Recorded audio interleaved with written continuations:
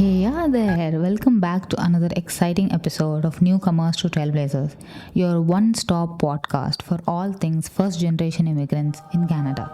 I'm your host Monisha, and I'm absolutely thrilled to have a special guest today, Rasika Nimkar. From being a diligent daughter, sister, and student, she ventured into the world of chemical engineering in India and took a bold leap to pursue her master's in the USA in her early 20s. Since then, her primary identity has been that of an immigrant, and her journey has been extraordinary.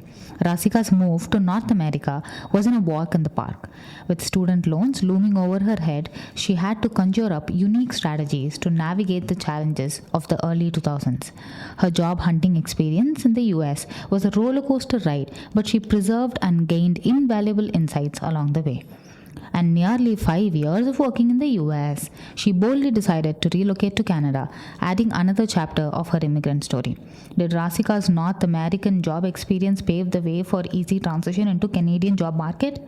Like many immigrants in Canada, did her career take unexpected turn? So without further ado, let's extend a warm welcome to our guest, Rasika.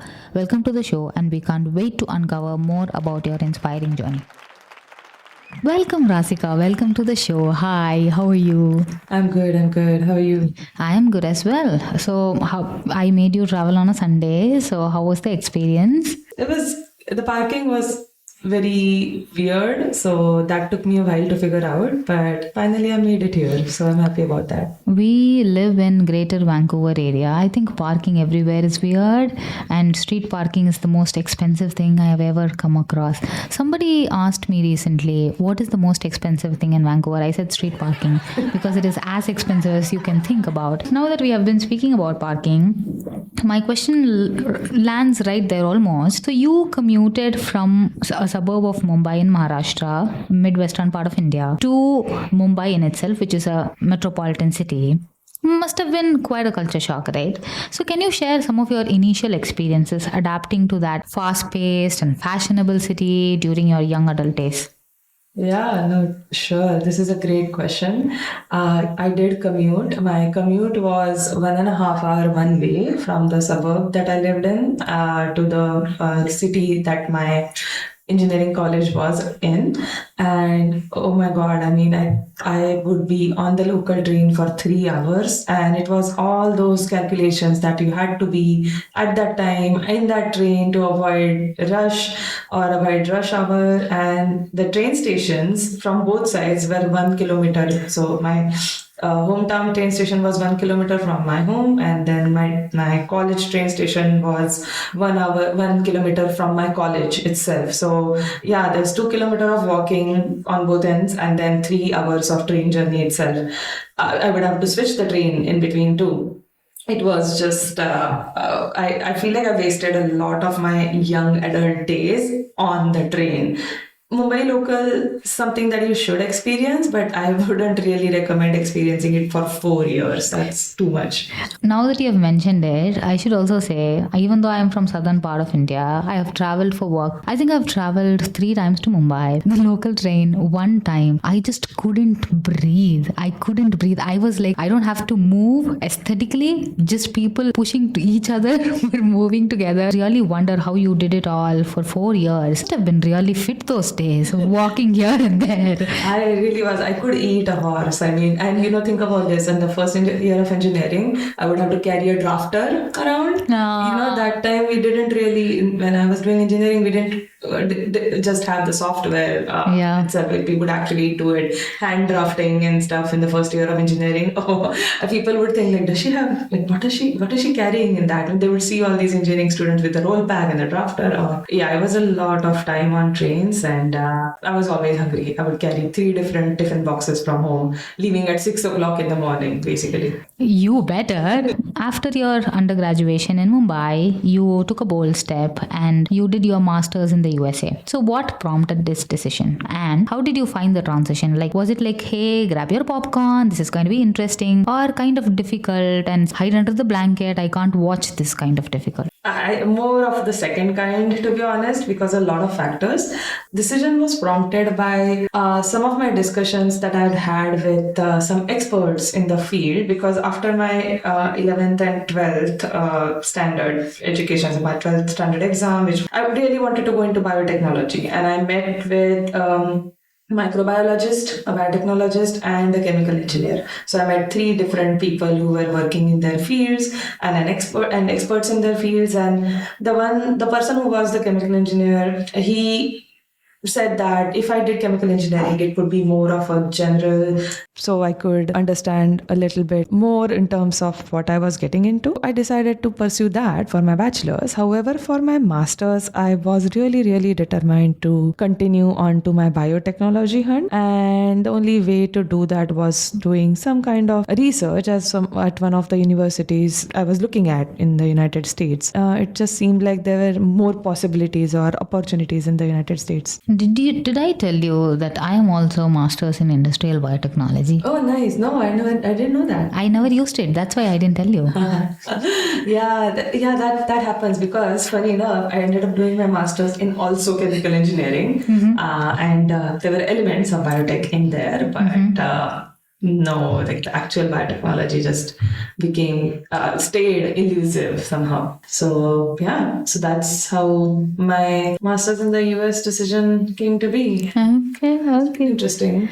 So we have spoken about your masters in the USA. So you have experienced the immigrant journey once, right? So how was the transition to Canada different? Lost in translation moments that you would like to share? I didn't expect it to be different because I have been in the US for many years and worked in the US. I've only worked in the US. I've never worked in India. But even then, transition to Canada was different. There are some terminologies that get used here in Canadian market that I had not heard in the US. And then at least at the time when I had graduated from my master's. Cultural match seems like a big thing here in Canada.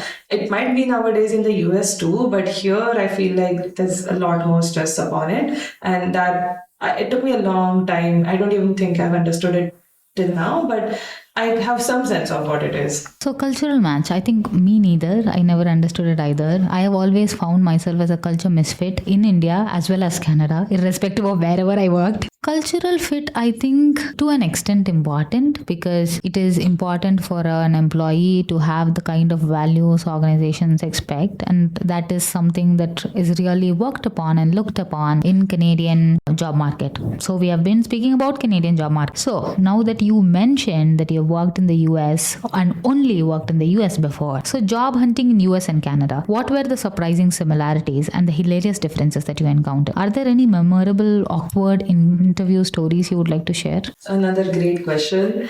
There are more differences. Similar. Okay, let's start with similarities because they're less. They're more obvious similarities in terms of just the profiles that you create online.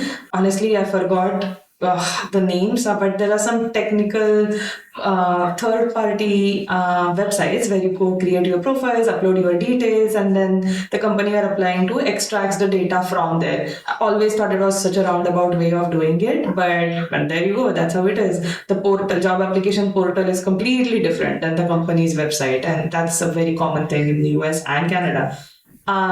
It's called application tracking system and I completely hate it. Yeah, because you have to keep uploading the same thing, have to remember passwords for like 100 websites. And my God, I mean, but so in the US, when I was job hunting, right after I graduated about 14 years ago, but when I was applying, I had applied I made 100 applications. So I would apply to 10 companies a day. Total for 3 months, I applied for 300 companies. Out of that, the hit rate, look at that, was 1 interview call per 100 applications. So I got 3 interview calls, like an actual interview calls. And then out of that, I got my job. This is United States. 1%. Are you serious? Just 1%? That's what it was for me, but that's what I said. Like the parameters of my experience are very specific to how my. So I have a chemical engineering degree, and in the United States, after getting a master's, there's these visa things which you have to get your employer to sponsor your H-1B for a technical degree, which comes under STEM, science, technology, engineering, and mathematics. So my job came under STEM, and I had to find someone who would eventually be ready to sponsor. So it's all like a negotiation. Like you initially have the OPT, like the ability to work. So you have to say, oh no, I don't need sponsorship right now, but yeah, I will need it in future, and they need to be aware of what H-1B is, and those conversations played such a major role than the actual ability of being able to do the job. But you have to kind of push through it, and that's why like 300 applications. If you mark like just online in that application tracking system that you are gonna need sponsorship eventually, forget it. That application gets filtered. Auto rejected. Yep, right away. So that was the US, so that was the hit rate. Here in Canada, the big difference I noticed was every application I did get some kind of response. Okay, I honestly forgot the exact hit rate, but let's say it could be more than like it's at least 20% because I have given 20 interviews in Canada. So So what was the time range like? 20 interviews in much less time than the US? yes, exactly. Like US, it was total of 3 months, 300 applications. Here, it was close to like 1.5 months, but it was a cumulative period because I was already working. I was already busy as well, so it's different. But it was less faster response, not always a positive response, but there was some actual person responding that hey, like let's talk or something. So I think that responsiveness was a little bit more here in Canada. Does that make sense? It does. And you specifically mentioned about cultural fitness, Canadian work culture. I mean, is that a myth or reality? Like, can you shed some light on while giving us the behind the scenes speak at your experiences? I think it is real. There are some companies out here that focus more on health and wellness. Their products show that too. So if you are to join such companies, then you probably need to be someone who is super into health and wellness, can't go without a workout a single day of your life, person like that. And I have seen that in real life. So it is real. I do think also that Canadian work culture is more of a blend of US and Europe because Canada 100% has more vacation days than United States. I remember when I just joined, I had only 10 vacation days and there were just 5 government holidays. That's it, like total 15 days in a year. And being Indian, if I had to go back to India to do my stamping, I had to consider all those things. Whereas here, like every month, I think there is every other month there is a long weekend. Yeah, so that's more European style. At least I have not worked in Europe, but I assume that that's more similar along those lines. So yeah, there's a difference there as well. And work-life balance is highly valued here. I think so. Yeah, that's true too. Not everything is a rush, But again, if you are in a customer-facing job and your clients are America-based, then you don't have a choice. Basically, you don't have a choice. Everyone marches to their own organization's tune too, right? So you have to consider where that client's coming from as well. And if you like being customer-facing, then that's something you need to be ready for. Okay. So you completed your chemical engineering, then moved into biotech/chemical engineering. You have done projects in nanotechnology and a lot of things, right? But now you're in customer facing, customer success profile. Now, I have a very dumb question. Questions are dumb. Well, thank you for encouraging me. But I think the question is going to be really dumb and you will be the right person to answer it, to give it some sense. So sales versus customer success. Are they like twins separated at birth, distant cousins? What similarities and subtle differences can you enlighten? Any eureka moments when you realized sales skills were the secret weapon in your customer success role and things like that? Another really, really good question. Your questions have been amazing. I should say that. And I'm going to answer this in a reverse order. Okay, your last question was any eureka moments when you realized your sales skills were a secret weapon for your customer success job. It's interesting. It's very hard for me to sell. Like And I shouldn't say that. I should rephrase it. I can sell, but I don't like the way it makes me feel because I don't want to ask people for money. I actually, okay, I don't like asking people for money. Let's say that. No one, like even really hard for me to ask that. But in customer success, when you are trying to get your customer to do something that may require them to purchase or pay money, that's almost always for their own good. For example, they have some certain product and you have a cross product that you know is going to benefit them or enhance their experience. It truly is going to make them successful and make the product successful within their organization. In my job so far, or in my role, that's always been the case where I have highly recommended that okay, this is truly going to, if I'm not convinced, I'll not be able to convince them. So if I'm 100% convinced that this is going to really enhance their experience and take it to another level, that's when the eureka moment happens. well, I'm strong enough to convince them, like, look, seriously, you have to do this. There is no other option. And because of my conviction, I have come across as someone who's reliable. I'm not just doing, I have no quota in it. Yeah. That's the difference. And coming back to your first question, the difference between sales and customer success is sales is quota based role. When you sell something, you get like some kind of benefit. Incentive, you get bonus, everything's tied to that. Customer success, at least most customer success organizations, there is not a lot of direct quota tie-up to any kind of upsell or cross-sell. Okay. That's not how it's designed, because then that takes away the motive of truly being there for the customer and looking out for the customer's success. That, again, if that makes sense. It totally makes sense. I never thought about it that way, in fact. So for me, when I think about customer success, I just thought, okay, it's a business development, make your customer happy kind of a thing. But you clearly explained that to sell a product, to make that customer successful, you have to believe in that product yourself, irrespective of whether it's hardware product or software product or any kind of product. To truly believe, and only then you can convince the customer and truly be successful for their profile and not just for the incentive that you're gonna get. No. And this actually makes sense, and thank you for explaining that. I never thought about it like that, but yeah, thank you. There is something called an aha moment. So any customer, whenever they buy a software, it's called an aha moment. When they look at the demo or they see the way its software is functioning, like, this is my problem, that's what I need to be solved.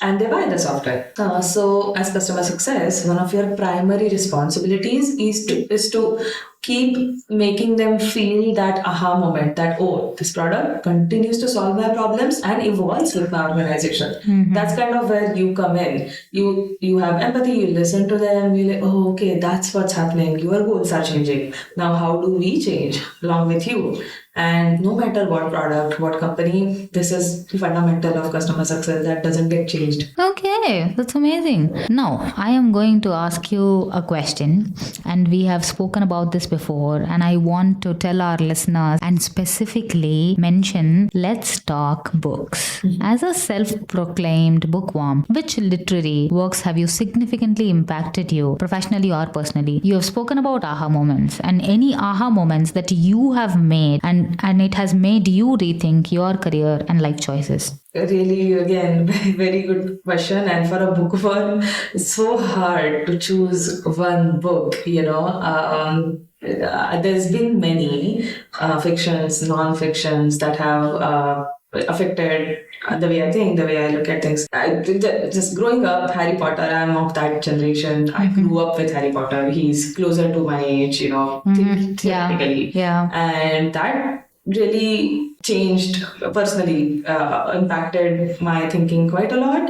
And professionally, there are books, a lot of different books, but I like Malcolm Gladwell's books. He talks about things that human behavior, human experiences, and then in business sense of things too. So I really like, there's a book called Outliers, really interesting. Suddenly things will make sense to you. Oh, okay, that's why this person in this situation was successful for that reason. So that's one. And another is Measure What Matters. John Doerr. he also, I really like that because That's the OKR book, right? Yeah. because two of my previous organizations we had OKRs, and that book really made me rethink the way I set goals, honestly, personally and professionally. Yeah. Yeah. I remember reading Measure What Matters long time ago because I'm from HR background and I had to read it for performance management. So much more logical because Yeah. there's those three levels of the organizational goals cascading down to you, your team's goals, and your personal goals, and everything has 3 bullet points. So it's just Yeah. yeah, just tick mark. Someone who loves doing tick marks, it's Yeah. couldn't be a better man. We were talking about matches, and I'll tell you, you have mentioned that you are a bookworm, and one of your another hobbies is dancing. So let's put our dancing shoes on, listeners. We have heard that you have graced many dance shows in Canada. Are there any upcoming performances that we should mark in our calendars? Can we expect a fusion of Bollywood and Canadian step dancing? Not many. I would be humble here. Just a couple of them last year around. Brag, dude, brag. This is a platform to brag. We love bragging. No, just a couple of them in last Diwali and probably next Diwali, not this year as such, but definitely would continue to dance. That's something that brings me joy. My parents really put me in traditional dancing when I was a kid, and at that time I was like, why am I doing this? But honestly, it does give you a hobby to go back to, and that's something that makes you feel alive. Like you mentioned, my parents also put me in singing. I was terrible at it. I'm still terrible at it. You have a great voice though. I know you think that, but I don't. You're assuming that. Something that did give me was the confidence to speak in front of people. I think that, irrespective of your age, when you're building a habit, that is going to behaviorally change some things in you. Not just the habit in itself, which is more physical or emotional. It is going to behaviorally change some aspects of you. And it is important while you set a habit to look forward to those behavior changes. Actually alters your brain chemistry. The chemical engineer says it, man. Well, there's a term called neuroplasticity, and think of the brain as an agile thing. You can always make new connections because as we grow older as adults, that happens less and less. But the more you keep up with these things, keep challenging yourself or keep trying different things, or also go back and explore the things that you like, it actually does change, like you said, your behavior and the way you look at things and the way you feel things. Thank you. You have come all this way and we have spoken about so many things in such short period of time. Well, kudos to you and best of luck on your journey continuing forward. I look forward to the other episodes as well. Thank you. So, thank you, Rasika, for being here as a guest on our podcast show, Newcomers to Trailblazers. Your trailblazing spirit is truly inspiring and we are thrilled to have you here. We had an incredible time with you as you shared your journey and valuable tips. To our listeners, thank you for tuning in. If you haven't subscribed already, we encourage you to do so. We release episodes bi-weekly and can be found on Google Podcast, Apple Podcast and Spotify. Don't forget to follow us on Instagram and LinkedIn for more exciting updates. Take care and ciao. Bye.